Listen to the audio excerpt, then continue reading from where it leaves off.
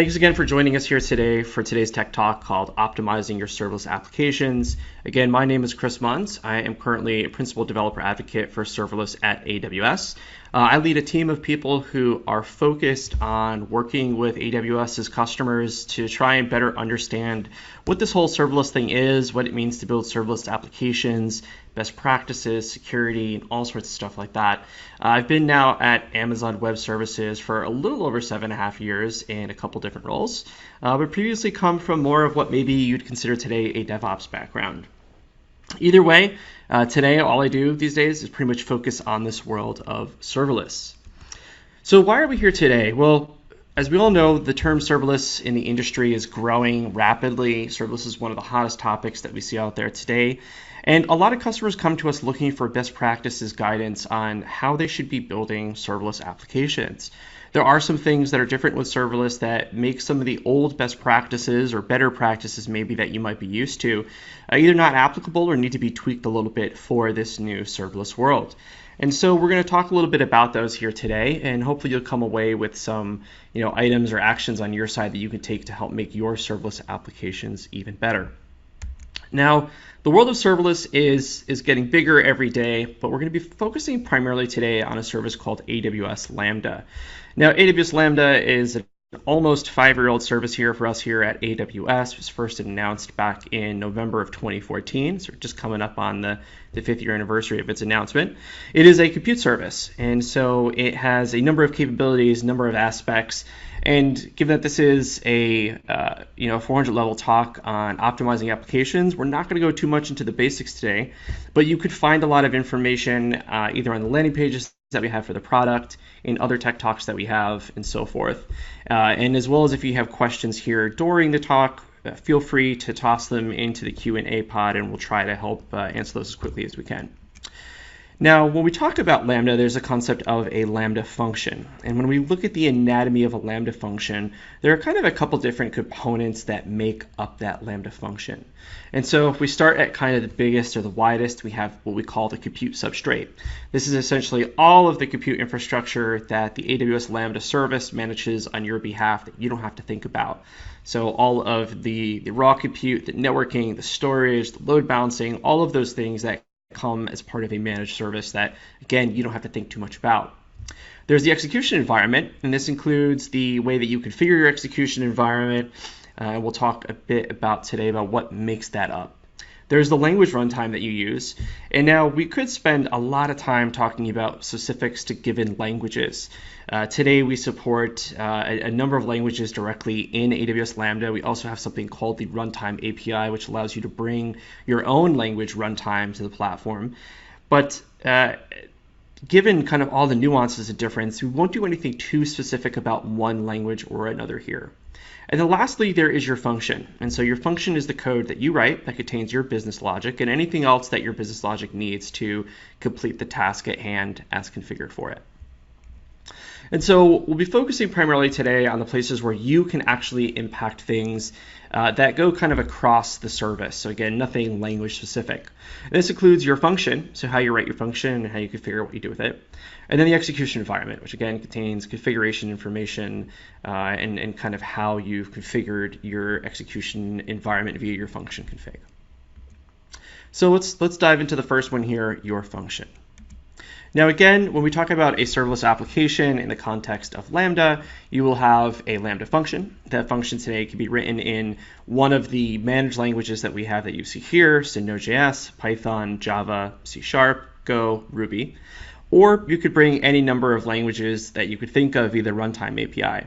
I see customers that are bringing languages like PHP and Swift and Erlang and Elixir and C and C++ and a bunch of others to Lambda. But essentially, at the end of the day, you have we consider a function as a deployment unit inside of Lambda, and it contains the code to do some sort of thing. Now, if we want to dive a little bit deeper just into that function, there's a couple of core concepts that go along with it. There is the handler, which is essentially the core entry point into your function on the execution of an event.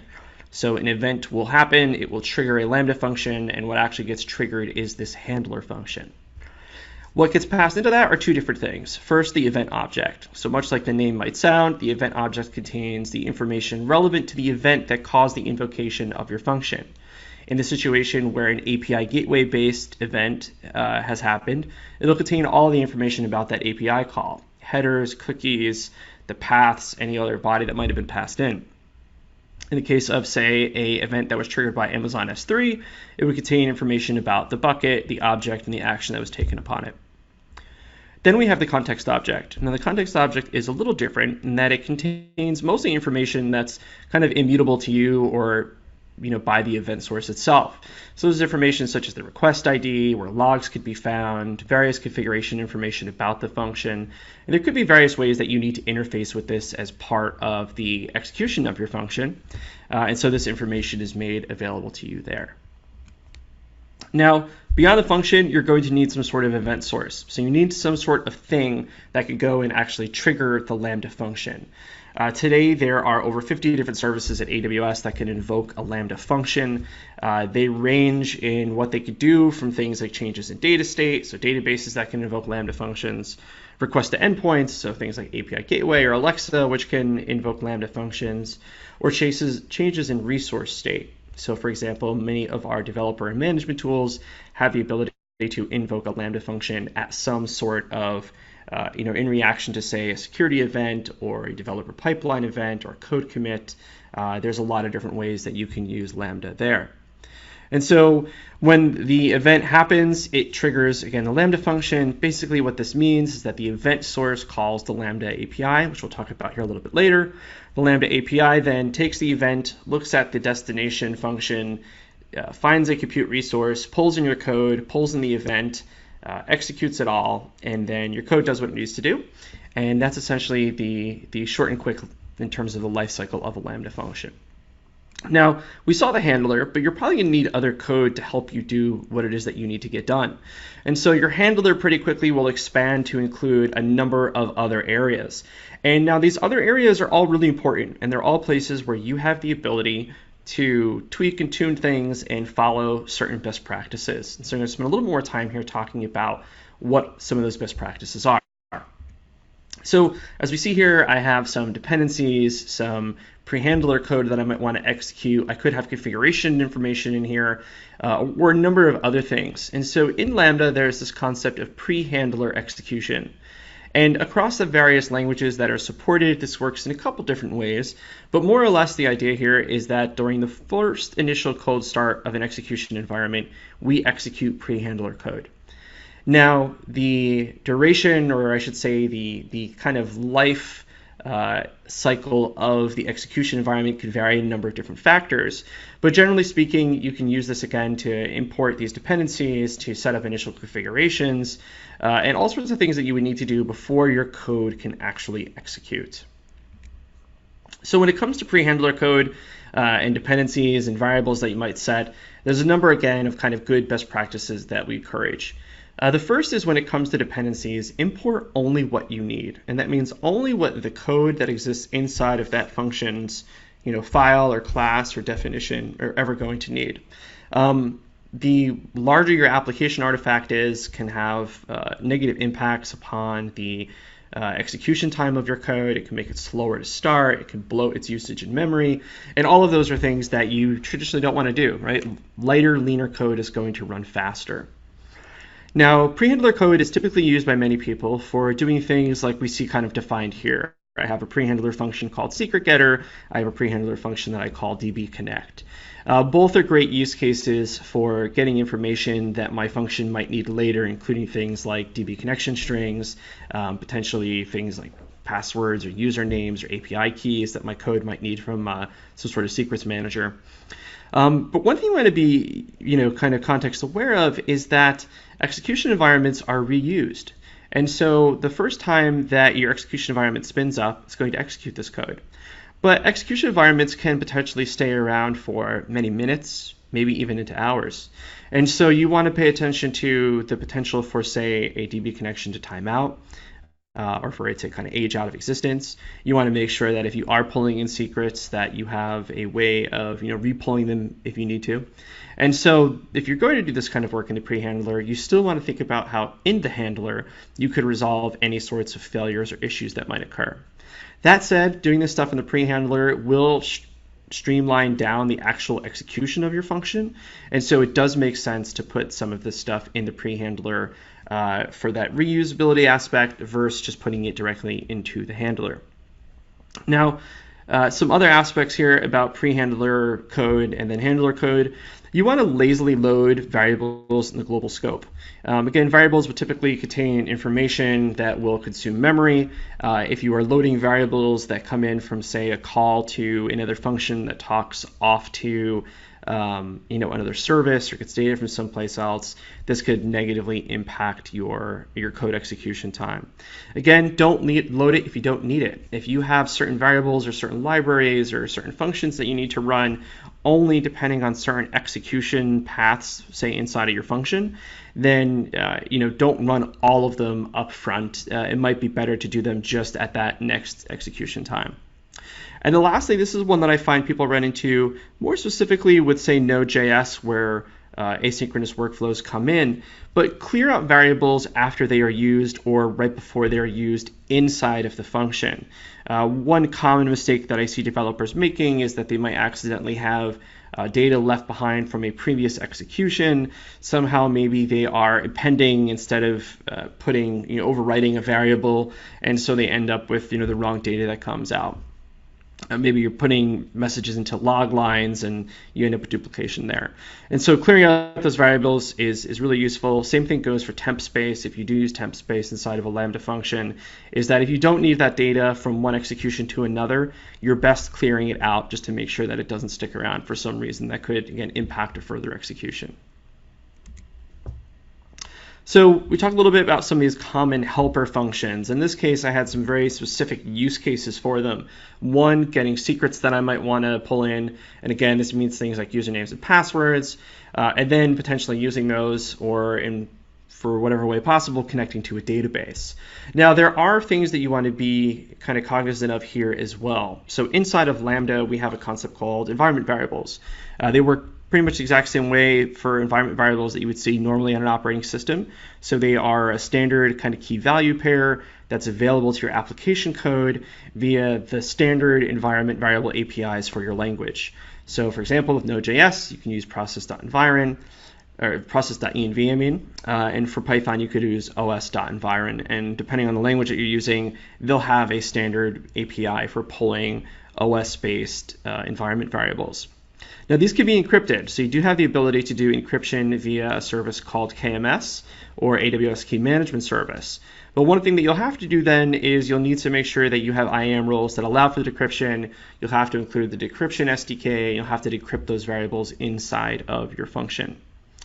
And now these variables are really useful for kind of adding dynamicness to your code. So being able to have code that is written once that runs in dev, testing, and production, or other sorts of things that you might want to tweak or tune, like say feature flags, being able to turn off and on certain capabilities. Now, this will exist at a single function level by default, so there's no real easy way to share environment variables from one function to another. And so if you end up having to deploy the same variables out to multiple functions, you're typically using some sort of a deployment tool to set those variables at deploy time and having them standardized in that way. But as your application grows and you have more and more functions, this could become, an overhead in complexity, I would say. So another option that you have is using one of two other services that we have here at AWS. The first is called Systems Manager Parameter Store. And so much like the name might sound, Parameter Store allows you to store parameters. Essentially, it's a centralized managed service for storing key value data. It supports hierarchies. It supports encryption via KMS as well. You can do things like track changes to them via Amazon SNS or a Lambda function. It tracks calls to it via CloudTrail. It can be really finely grained secured with IAM. There's a lot of really awesome capabilities of parameter store. It's probably one of my favorite kind of dev management tool services here at AWS. Now, another cool thing about it is that we have another service called AWS Secrets Manager. Now, Secrets Manager, as the name might sound for this as well, is used just for managing secrets. So it supports a lot of the same capabilities as Parameter Store, but it also supports capabilities around lifecycle management of the secrets that it stores. So for example, you can set rotation policies and then automate the rotation of passwords for things like relational databases. Now, one cool thing about the two services is they're actually integrated together. So you can use the Parameter Store SDK API call to call data out of Secrets Manager. So basically, if you just include the SSM client for Parameter Store, and sorry, that's the Systems Manager client for Parameter Store, then you'll be able to also get access to Secrets Manager. So again, this now becomes more useful if you want to centralize the key value pairs that you use for configuration, or again for secrets like usernames and passwords, or API keys, or other information that you might need to keep encrypted for some reason. Now, the trade-off here is that you have to get the data out of the service. And so this makes sense for good pre-handler code, but it is, again, something that you'd have to do in your code. So it becomes just kind of like one other way of doing it. Some downsides, but again, centralized control. Parameter Store and Secrets Manager can both be accessed from things like EC2 or ECS or Fargate. So again, depending on your need, if you do need to share this information, this might be the better way to go.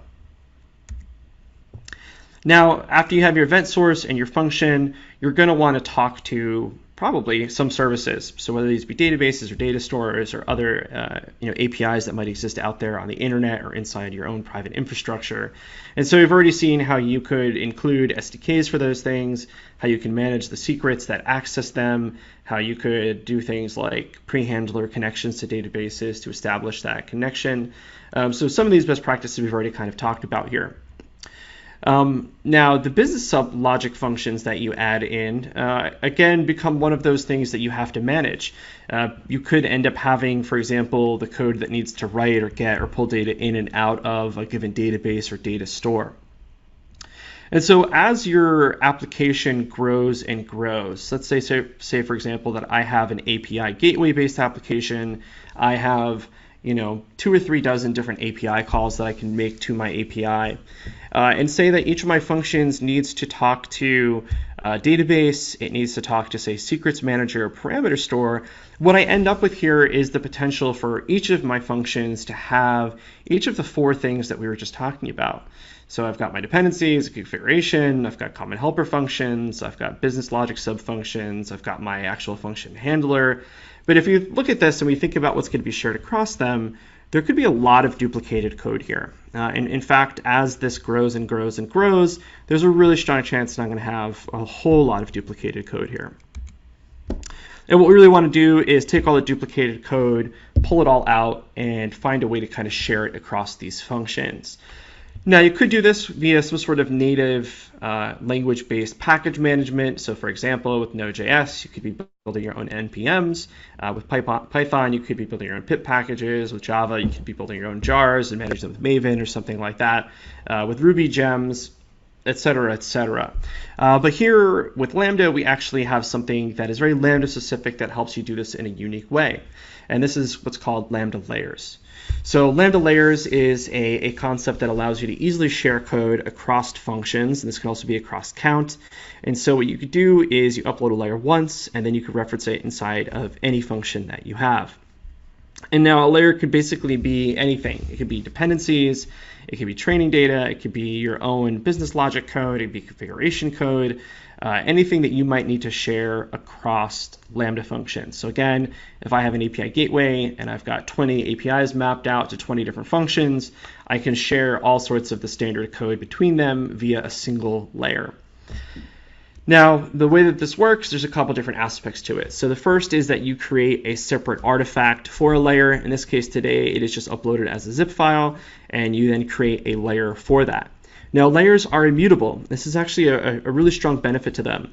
So anytime that you want to create a new or update an existing layer, it's going to create a completely brand new, essentially, resource in AWS terms.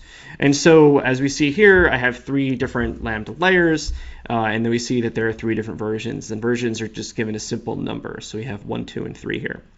So anytime that a version is deleted or permissions are revoked, The functions that are using it already can continue to use it, but new functions couldn't configure themselves for it. And so this gives you a way to essentially handle things like deprecation of shared code inside of an organization. You could have, say, a team that owns some sort of centralized Lambda layers, as it were, and then have other teams that then go and consume those. Now you can reference up to 5 layers today, one of which could optionally, be a custom runtime. And as we mentioned before, custom runtimes allow you to run any language code that you want inside of the Lambda execution environment. So how layers work is that you have that zip file that contains, again, the code or configuration or dependencies, whatever it might be. All of that is extracted into the same path, which is /opt.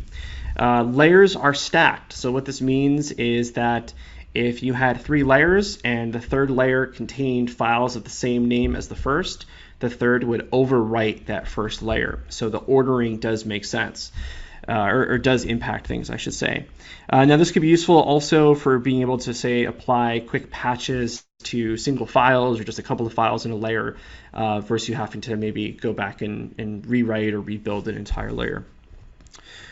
And so, again, a number of different capabilities that you have here with layers, but it does greatly simplify the work involved in sharing data between functions, and especially in a serverless application that includes many functions, you'll find that layers will really save you time as you go and expand that application.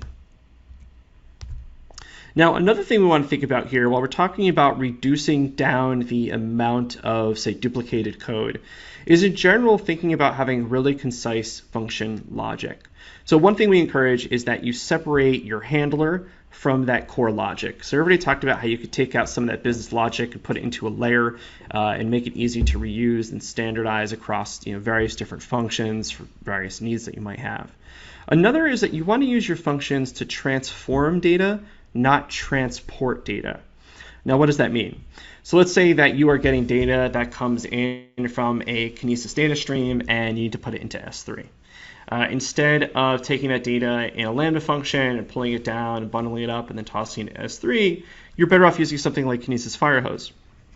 Similarly, there are a number of places where you might just be taking data and passing it from one service to another, again, whether it be like an internal microservice to another internal microservice.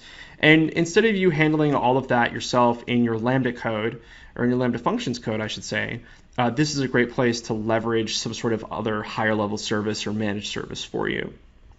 Another thing is to avoid taking in more data in the event for your function than you possibly need. And so when we talk about various event sources or how your function might be pulling in data itself, there are a number of ways that you can restrict either the events that come in or the amount of work that your Lambda function is doing. And essentially you want to watch out for any situations where your Lambda function effectively has to reduce the amount of data that it got just down to certain specific records or items or data points that it cares about. And instead you want to make it so that it only looks for those or gets those during its execution initially. And so this means that for things like Amazon SNS, you can do message filters so that you don't have to do that inside of the function. In Amazon EventBridge, which we'll talk about here in a moment, you can set fine-grained rules for what events end up at a Lambda function. And then when it comes to pulling data into Lambda from databases and data stores, traditional best practices around properly indexed databases, things like query filters that we have with RDS Aurora, using Amazon S3 Select to only pull in, say, certain bits of data from an S3 object. These are all good ways for you to streamline down the work that your function is doing. Another thing that you want to watch out for in general is any sort of orchestration inside your code. So what does this mean? Now, when we talk about, again, that transform, not transport aspect, there's often times where inside of a bit of code or inside of an application, you might have to make a call to another service. You might have to kick off, say, a asynchronous process, and then you're going to sit there and wait for it to come back and finish. And any time where you find yourself, say, doing the kind of old school hack of a sleep or a wait or like some sort of a long pull. These are all things that are really considered to us kind of inefficient orchestration that you're doing. Now you pay for the entire duration of a Lambda function. So if you have a Lambda function that's doing, say, back off and retry of pulling to another API, that's all time that you're paying for continuously in the execution of that function. So where, when possible, you want to pull that orchestration, pull that error handling out of your code. A, it'll streamline your code. B, it'll make your functions, in terms of execution, again, have a lower duration.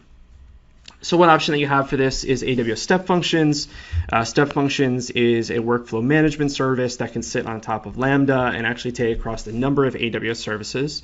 And so it makes it really easy for you to take a lot of the decision tree logic, retry and failure handling, parallelization, really again kind of this workflow pattern process management out of your code base and put it into a managed service.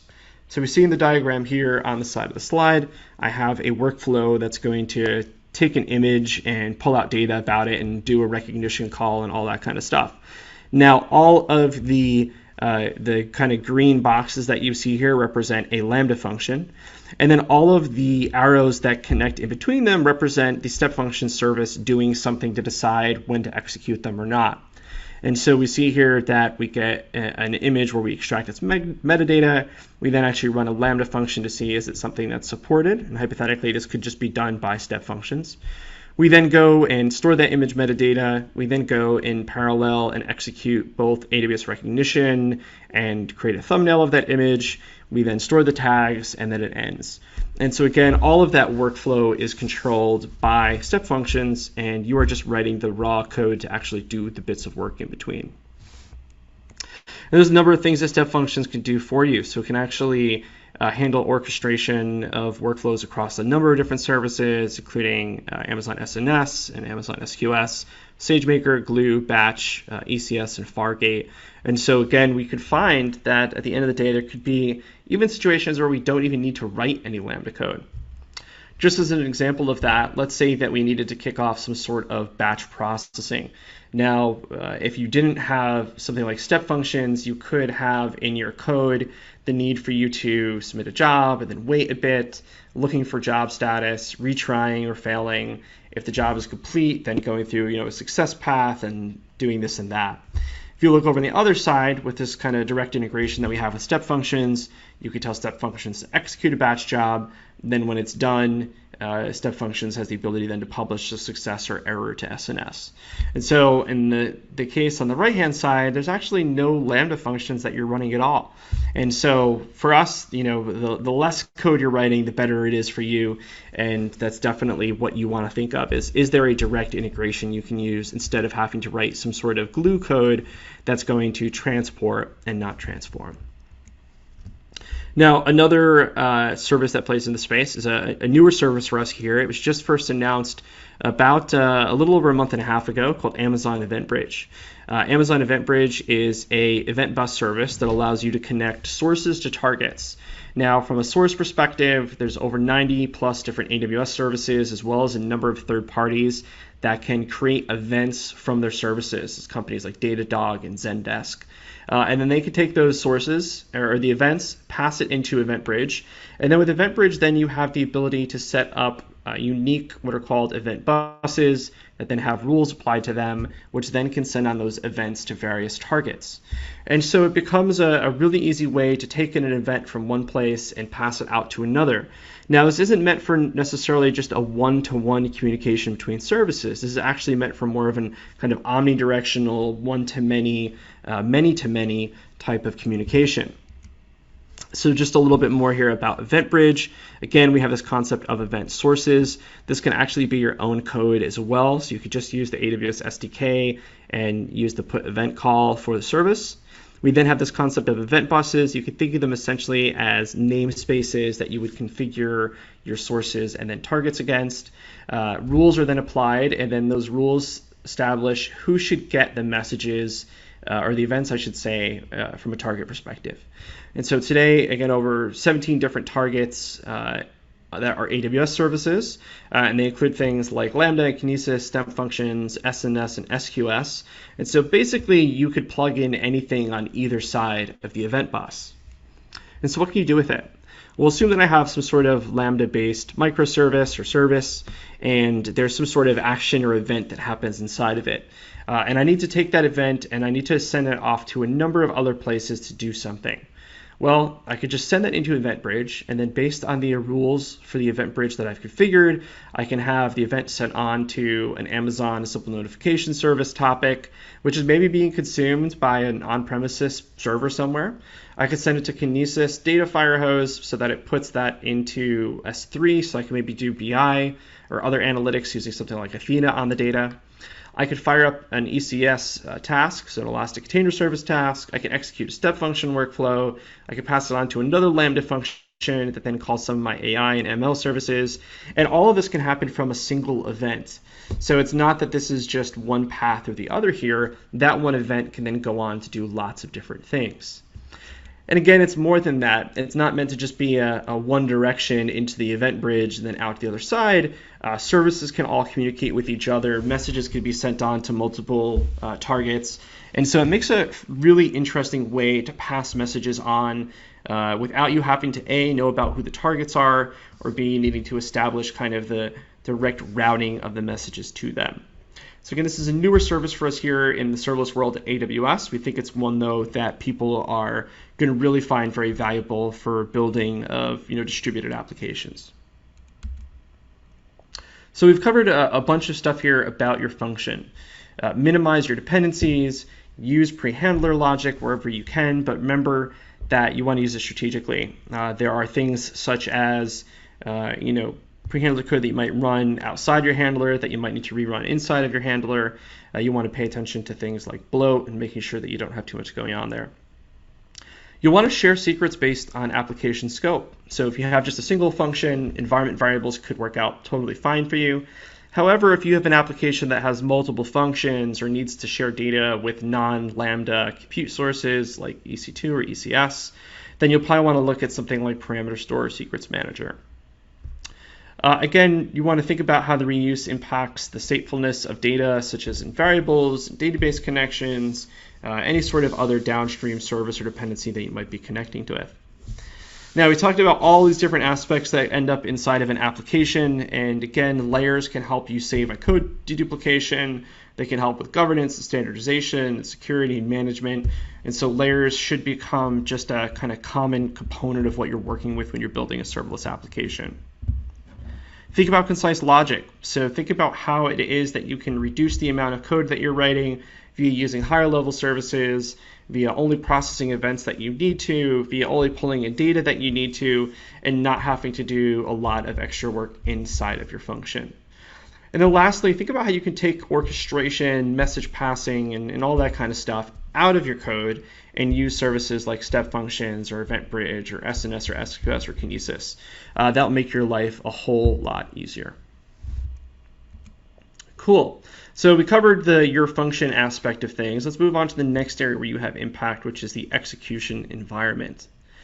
Now, when we talk about the execution environment, what we're really kind of talking about is the configuration of your function outside of the code itself. So outside of the code or things like your environment variables, in this case, it's the bits that impact, say, the compute resource that you're running on or the security of your function or various aspects like that. Now, when we talk about kind of the life cycle of a function, I had mentioned before that when you have an event source that gets some sort of an event and it goes to trigger a Lambda function, the service has to go and see if there is a compute resource running your code yet. If not, it has to do what's called a full cold start.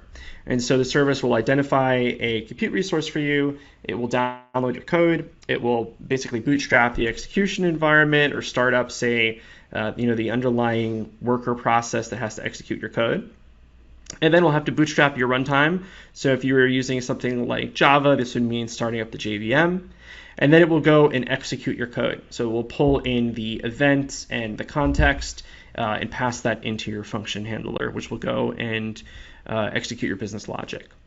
Now, this happens anytime that we don't have a compute resource that is currently available to run or is currently available that hasn't run your code already. However, we reuse these execution environments. And so if we have an execution environment that is available, so that means that it's not taking another request, and a request comes in, then we will reuse that. In this case, you could have what is called just a warm start, so it will just execute your function code.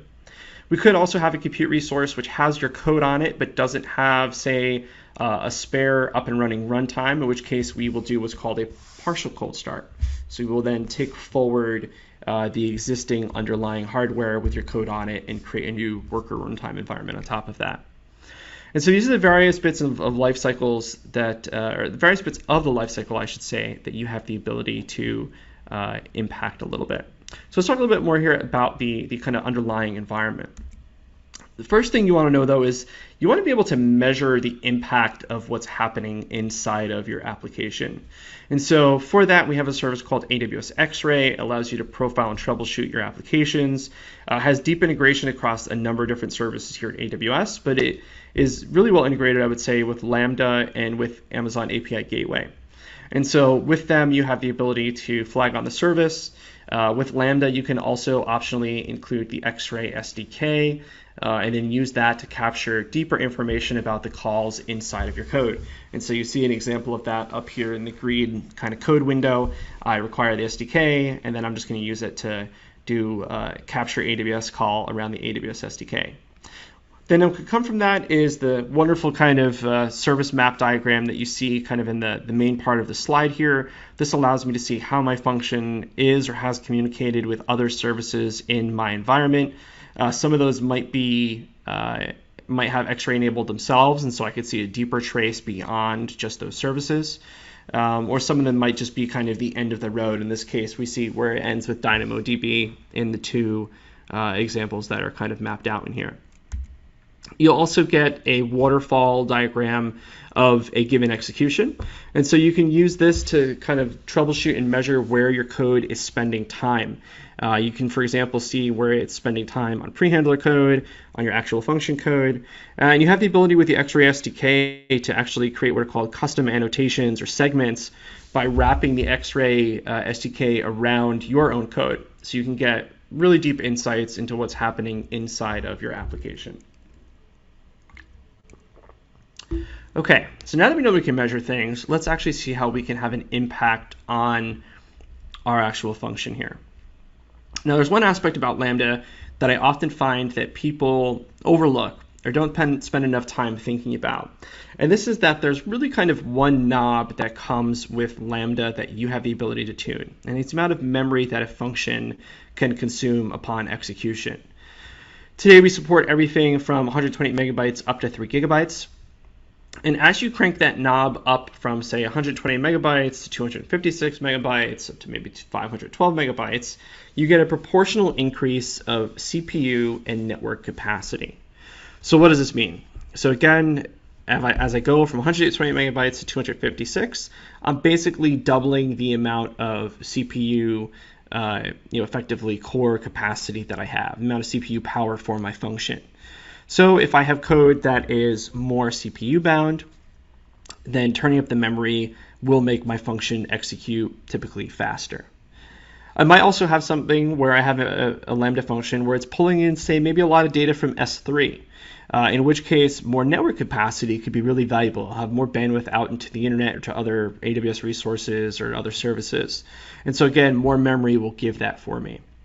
You could also find that because you have more CPU or you have more memory, more network, that by having more memory, your functions execute faster, which can actually make them cheaper. Let's see an example of that. So what we have here is a example where we're going to calculate 1,000 times all prime numbers that are less than 1,000,000. Now this is a purposefully CPU intensive example here. And so what happens is we see, as highlighted in the red, that at 120 megabytes, it took 11.7 seconds. So it's quite a long running function. And then at 1024, it took 1.4 seconds. So a pretty drastic difference between the two of those. However, if we look at it from a cost perspective, 120 megabytes is the lowest cost, which is interesting. And then if we look at the worst cost, it's actually at 256 megabytes. However, if we look at the cost difference between 128 and 1024 aligned with the time difference, what we find is that we shave off 10.25 seconds essentially, and it only costs us 0.0001 of a dollar. So in this case, it did cost us more to have more memory. However, we ran our function so much faster, and the cost difference is so little that this could be completely justifiable and reasonable to your business need. Now again, this is a purposely compute heavy intensive task that's doing this, but I find more often than not that this can also come into play in functions where, let's say, you have to make a lot of HTTPS calls. Nowadays, with SSL certificate bit rates as high as they are, they require considerably more CPU horsepower in order to handle things like SSL negotiations and communication with APIs or other data services than they used to in the past. And so actually, as the bit rate goes up of SSL or TLS certificates, it becomes way more compute intensive. And so again, more memory will end up saving you time and probably money as well. Now, I had mentioned that we support up to 3 gigabytes of memory. We also then, as you scale up that CPU and you get above 1.8 gigabytes, you start getting the CPU capacity of a second CPU core. So below 1.8 gigabytes is one core, at and above 1.8 gigabytes is 2 cores. Now, a lot of people will tune their function all the way up to 3 gigabytes because they know they get more CPU. But one thing that they may not realize is that your application may not support multiple cores. You may not support multi-threading or have multiple processes running. And so effectively, at 1.8 gigabytes, you could be completely tapped out at the performance to cost benefits of turning up the memory for your function. Now, some of you will have code bases that support multi-threading or multiple processes running inside of an execution environment. And so in that case, you could get the benefits of it. But again, you'll really want to test that out and see. Again, this is where X-Ray can help you measure the performance and duration of your functions. Now, that's just on CPU. For IO-bound workloads, so for example, ones that are bound based on networking, up through 3 gigabytes, you'll continue to get more networking throughput and bandwidth. And so you will continue to see those gains regardless of things like multi-threading or any aspects like that. Cool. So we talked a little bit about how you can configure some aspects here of the execution environment. There's kind of another aspect about this, which is around how you actually go about invoking your Lambda function. Now, one thing that we want to make very clear is that Lambda functions are only ever invoked via the Lambda API. There is no network socket access to a Lambda environment from outside of the Lambda function. So there's no such capability to, say, call a Lambda function on a port and get it to respond. You have to go through an event source or via the API itself. Now, all of the event sources that we have here at AWS that can invoke a Lambda function, they do it via this API. So even services like API Gateway or S3 or SNS or SQS or EventBridge, they're using this API. And at the end of the day, you could write your own SDK code or use the AWS SDK directly in your applications to invoke Lambda itself. Now, this supports both a synchronous and asynchronous way of invoking a function. Let's talk a little bit about some of the differences here. Essentially, we consider there to be 3 different execution models for Lambda functions. There's synchronous or push-based. So this is where I have an Amazon API Gateway. Say I make a request to the order API. It's going to go then and invoke my Lambda function. My Lambda function then is going to respond back to the API with some sort of a response, which will then get passed back on up probably to my client. So that is a synchronous motion where it goes through and then back up that stack. We have a asynchronous event model. So for services like Amazon SNS or Amazon S3, where a message gets put into an SNS topic or an object goes into an Amazon S3 bucket, that's then going to create requests that go out to my Lambda function. My Lambda function will then, say, consume the data from the SNS message or pull down the object in S3 and perform some sort of work on top of it. And in this case, there's no path for the Lambda function to pass back up to the originated client or these services to say, hey, work has been done here. So this is an asynchronous model. Lambda does what it has to do, and then it's up to you from an application, user experience perspective to decide what you do with the user's understanding of what happened with that data. Similarly, we support a stream or what we call pull-based model. Now, this is for services like Amazon DynamoDB or Kinesis Data Streams or Amazon SQS, where the Lambda service actually runs a puller, which watches the service for new messages or data to come in. It then takes those messages or that data out and passes it into a Lambda function via a asynchronous event. And so 3 different models here, various different use cases with where you'd want to think about using these. Personally, I find that way too often people assume that they need some sort of synchronous model when there's actually a whole lot that you can do that could be either asynchronous or pull-based. So I would say right off the bat, if you don't need a response to go up to a client and you just have, say, service-to-service communication or some sort of fire and forget type of message, you can directly use the Lambda API to call between your application and Lambda. There's no need to use an API gateway and create an API and then handle all of that management of the client and authentication authorization. You could just use IAM and then the AWS SDKs to handle this. Behind the scenes, we actually have a queue that basically manages those asynchronous execution events for you. Automatically does things like retries. You can even set up something called the dead letter queue, which we'll talk about here in a moment. And it's super, super easy. So we see kind of the most basic pseudocode in the world here. In this case with Python, I'm using Bodo 3. I create a Lambda client, and then I call the invoke async command. And again, you could put this inside of your code anywhere that you need to call out to a Lambda function. Now, this aligns very closely with something that I call the microservices iceberg. When we talk to customers today about how they build microservice-based applications, typically what you'll have is a number of microservices that make up a larger application. Now, often people make the misunderstanding that all microservices need to commute via API. And this just isn't true. There's a lot of times where you might only need an API or some sort of public interface via the service that's being publicly consumed by your customers or another service or some other consumer. There's going to be a lot of things that probably happen that aren't directly interfaced by an external or a third party or another team or what have you. And so in those situations, when we talk about these internal services, there's actually a lot of times where you don't need a full-fledged API, and you can instead make use of some sort of messaging or eventing service to pass things between. Now, some really kind of general basic guidance here when you're choosing between what we would consider to be a gateway or a router. If you have a single, custom client, so one service of yours to another service of yours, just use the AWS SDK. Don't bother with any sort of other intermediary service. Just use the SDK, call the Lambda function, and handle that directly in your application code. If you do potentially actually have, say, different business units or different teams or external customers that need to call an API, but they might be calling it from the same AWS region, then you can use what are called regional endpoints on API Gateway.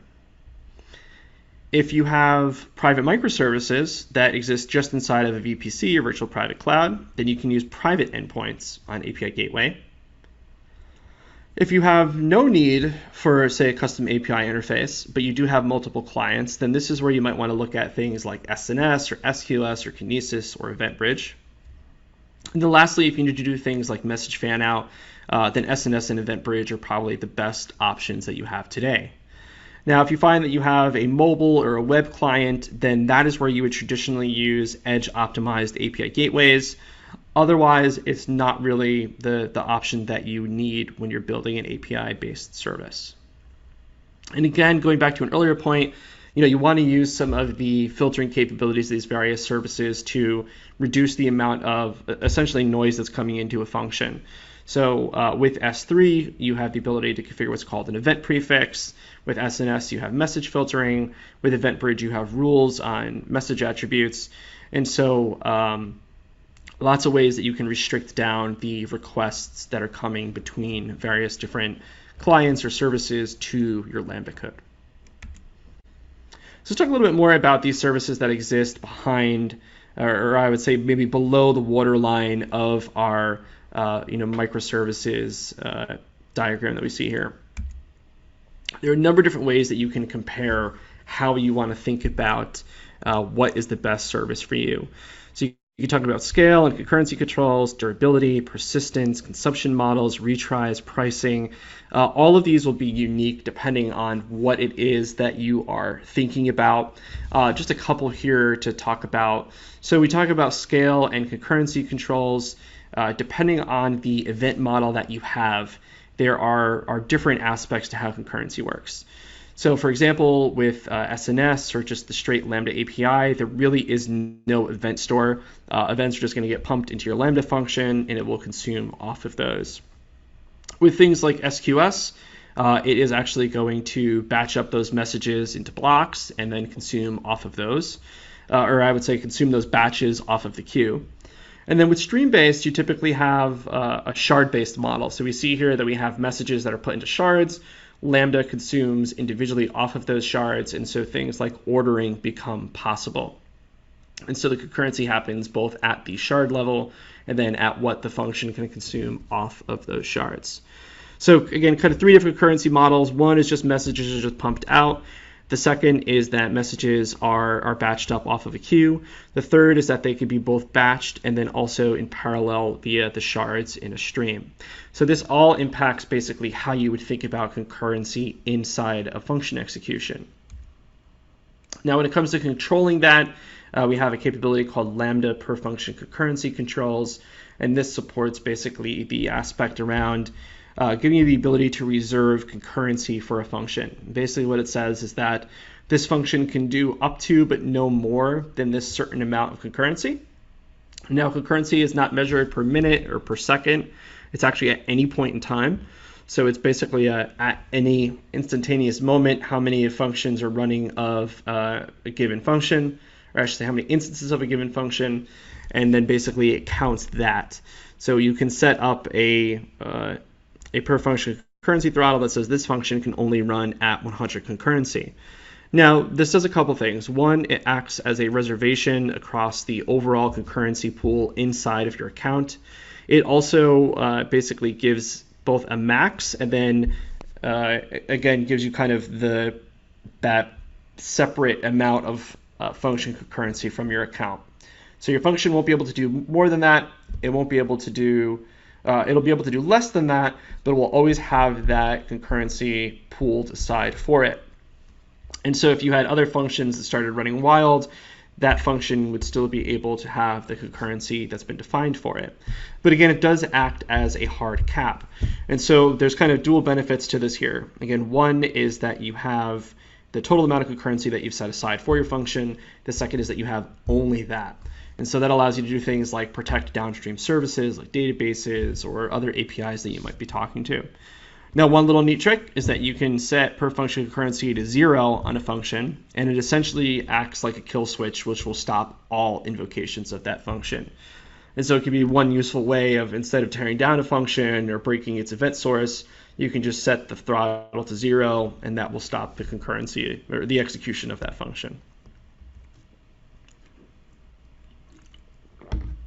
Now, when it comes to thinking about retries and how to handle failure, various different event sources do it differently. And so it is something that you'll want to read further about.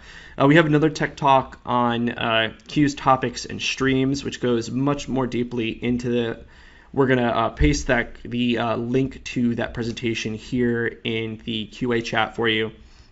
And basically it helps you go through the 6 criteria that I mentioned before of how you want to think about which event source to use that's not something like an API gateway.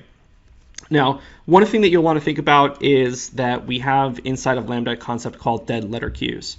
Now, this is something that typically shows up in queuing technology, where basically after a message has failed to be consumed some number of times, it could be captured then by this kind of out-of-band dead letter queue. Now, Lambda supports this for asynchronous use cases. So after an asynchronous invoke has retried twice and failed, then the service will send it to this dead letter queue.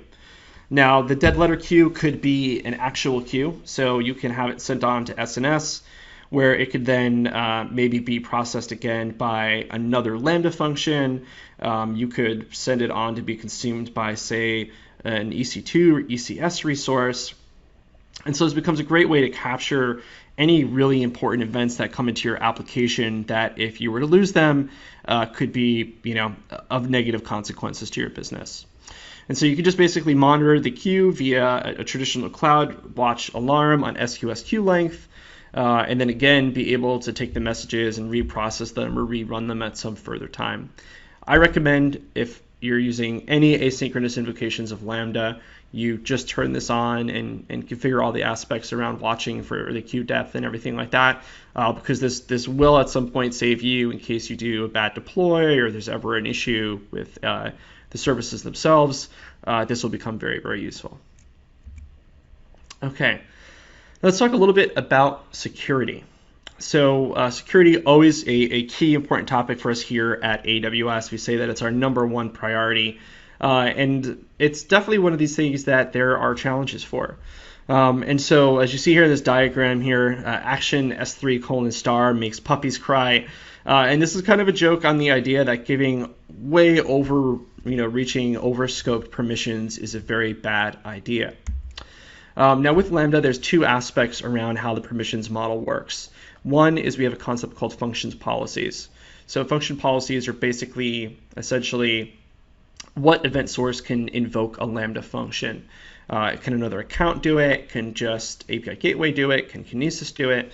And so this function policy basically acts as that kind of guard, if you will, into your function being able to be executed. The second is the execution role. And this is essentially, what is it that my function can do? So can my function talk to DynamoDB? Can it talk to S3? Can it call another AWS API or service? And so this can be used, again, to restrict what capabilities my actual function code has. Now, both are very important. You want to make sure that you are carefully reviewing and paying attention to how these are used. Now, we help make this a little bit easy for you. So we have a service here in the serverless world called AWS SAM. SAM is a template-driven engine for building and deploying AWS serverless applications. A quick little example of this here, it's about 20 lines of code, and it creates a Lambda function, an IAM role, an API gateway, and a DynamoDB table. And you can read a lot more about SAM at aws.amazon.com/serverless/SAM. And we're going to paste the link in here as well in the chat so that you can dive a little deeper on this. We've got Tech Talks and Twitch and all sorts of other bits of content around that as well. But I want to zoom in here on one section here, which is the policy section. And if we zoom in on this, we see what essentially look like 3 lines of code. And this is something called SAM Policy Templates. And so we have this SAM policy here called DynamoDB read policy. It references a table. That table, as we can see, is created down below is what's called a simple table. It's just creating a DynamoDB table for me. And what this expands out to is basically all of the permissions that I would need to just be able to read from this table. And so we have a number of these policies. There's over 50 today. See here an example of one that's very similar. It's called SQS Polar Policy. It just allows me to get messages off of a queue. And in this case, restricted down to a specific queue name.